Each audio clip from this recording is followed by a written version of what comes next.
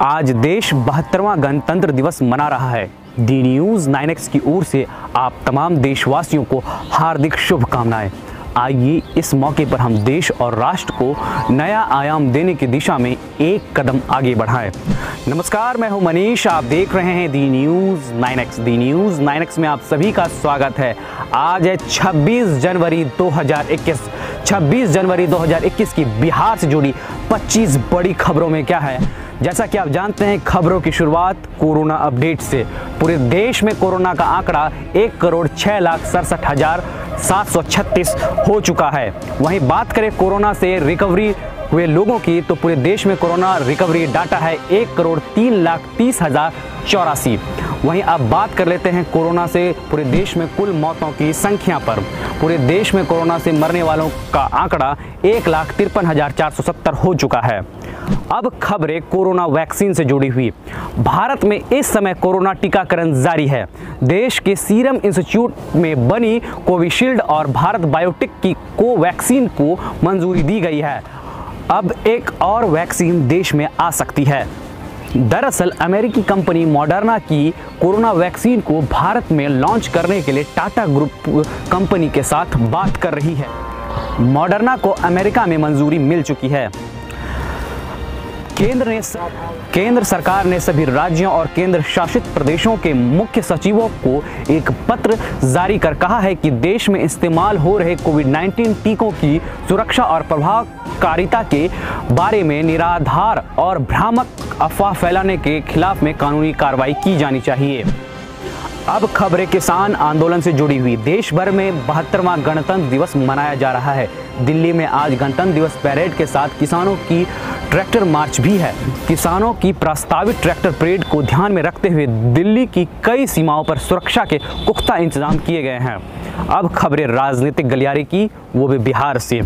RCP Singh के राष्ट्रीय अध्यक्ष बनने के बाद जेडीयू संगठन में भारी फेरबदल किया गया है।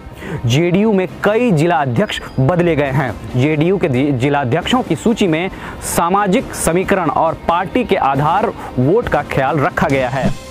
बिहार के डिप्टी सीएम तारकिशोर प्रसाद के पास अचानक बीजेपी नेता भूपेंद्र यादव पहुंचे। कयास लगाए जा रहे हैं कि भाजपा कोटे से बनाए जाने वाले मंत्रियों की सूची अंतिम रूप दिया जा रहा है। लालू के लाल व राजद नेता तेज प्रताप यादव ने ऐलान किया है कि लालू प्रसाद यादव की सजा माफ कराने के लिए वे आजादी पत्र मुहिम शुरू करने जा रहे हैं। इस मुहिम के तहत लोग राष्ट्रपति को पोस्ट कार्ड भेजकर लालू प्रसाद को जेल से मुक्त कराने की मांग करेंगे। जब तक लालू प्रसाद जेल से रिहा नहीं होते तब तक यह अभियान जारी रहेगा। अब बिहार की अन्य खबरें। गणतंत्र दिवस की पूर्व संध्या पर देश भर के कुल 119 हस्तियों को पद्म सम्मान दिया गया है। इसमें पूर्व मंत्री रामविलास पासवान को मरणोपरांत पद्म भूषण मिला है। उन्हें यह सम्मान जन सेवा के क्षेत्र में विशेष योगदान के लिए दिया गया है। इस प्रकार बिहार के 5 हस्तियों को पद्म सम्मान मिला है। स्वर्गीय पासवान के बाद साहित्य के क्षेत्र में सराहनीय कार्य के लिए मरणोपरांत गोवा के पूर्व राज्यपाल मृदुला सिन्हा को पद्मश्री से सम्मानित किया गया है। कला के क्षेत्र में दुलारी देवी और रामचंद्र मांझी को और चिकित्सा के क्षेत्र में डॉक्टर दिलीप कुमार सिंह को पद्मश्री से सम्मानित किया गया है। जहानाबाद के इरकी मोहल्ले में नुजहत फातिमा नामक एक शिक्षिका की हत्या कर दी गई। वह एक प्राथमिक विद्यालय में हेडमास्टर थी। वह अलीनगर गांव की रहने वाली बताई गई। बताया गया कि वह घर में अकेली थी और अपराधियों ने घर में घुसकर घटना को अंजाम दी। पटना जिले के संतकचक बैरिया निवासी 23 वर्षीय रविकांत कुमार पंडित की हत्या कर दी गई। मृतक युवक का कटा हुआ सर बैरिया पंचायत के मुखिया के कार्यालय में मिला है। इस घटना से लोग आक्रोशित हैं। डकैती की गलत सूचना और पुलिस को परेशान करने के आरोप में कटिहार में पुलिस ने तेजा टोला के गणेश पासवान और उनके पुत्र दशरथ पासवान को गिरफ्तार कर लिया। गिरफ्तार पुत्र को न्यायिक हिरासत में भेज दिया गया है। बिजली बिल जमा न करने के चलते मुजफ्फरपुर में बिजली विभाग ने 2 गांव की बिजली काट दिया है। इससे गांव में अंधेरा छा गया है। जिन गांव की बिजली काटी गई है उसमें धारूपट्टी और खंखार टोला है। दूसरी ओर अन्य बकायेदारों के भी बिजली कनेक्शन काटे जा रहे हैं। पत्रकार राजदेव हत्याकांड में 10 माह के बाद 18वां गवाह सकलदेव सिंह मुकर गया। उसे कोर्ट ने पक्षद्रोही घोषित कर दिया है। इससे पूर्व भी एक गवाह पक्षद्रोही घोषित हुआ है। अब राजदेव मामले की सुनवाई 28 जनवरी को होगी। सासाराम में पाली पुल के समीप बाइक सवार महिला बिंदा देवी को बालू लदे ट्रक ने कुचल डाला, जिससे उसकी मौत हो गई। मृतका अपने भतीजी राजन कुमार के साथ बाइक पर अपने दामाद का इलाज कराने जा रही थी। वह भोजपुर के सी अरवा गांव की थी।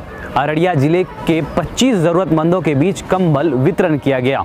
यह कार्यक्रम रेड क्रॉस में आयोजित किया गया। इस कार्यक्रम की हर जगह सराहना हो रही है।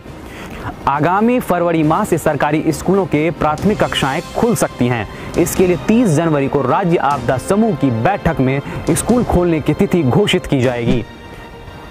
विद्या की देवी सरस्वती माता की पूजा 16 फरवरी यानी मंगलवार को होगी। इसके लिए तैयारी शुरू है, लेकिन इस बार की पूजा में गति धीमी है। ऐसा इसलिए कि कोरोना को लेकर स्कूल एवं शिक्षण संस्थान अधिकांशतः बंद हैं।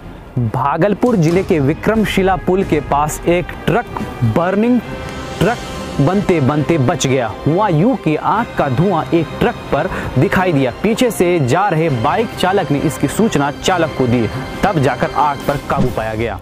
अंत में खबरें मौसम की। बिहार में मौसम विभाग ने ठंड को लेकर येलो अलर्ट जारी किया है। ऐसा पूर्वानुमान बताया गया है कि अगले 2 दिनों तक घना कोहरा बना रहेगा। ऐसे में जनजीवन पर काफी ज्यादा असर पड़ेगा। इस मौसम में बुजुर्गों और बच्चों को ज्यादा सावधान रहने की जरूरत है। मवेशियों को भी सुरक्षित रखना होगा। कड़ाके की ठंड ने फसलों को भी प्रभावित किया है। खासकर सब्जियों की खेती काफी ज्यादा प्रभावित हो रही है। यह थी बिहार से जुड़ी 25 बड़ी खबरें कैसी लगी आप अपनी राय हमारे कमेंट बॉक्स में ज़रूर दें। अगर आप हमारा यह वीडियो फेसबुक पे देख रहे हैं तो हमारा फेसबुक पेज लाइक करें। अगर आप हमारा यह वीडियो यूट्यूब पर देख रहे हैं तो यूट्यूब चैनल दी न्यूज़ 9X को सब्सक्राइब करें। शुक्रिया।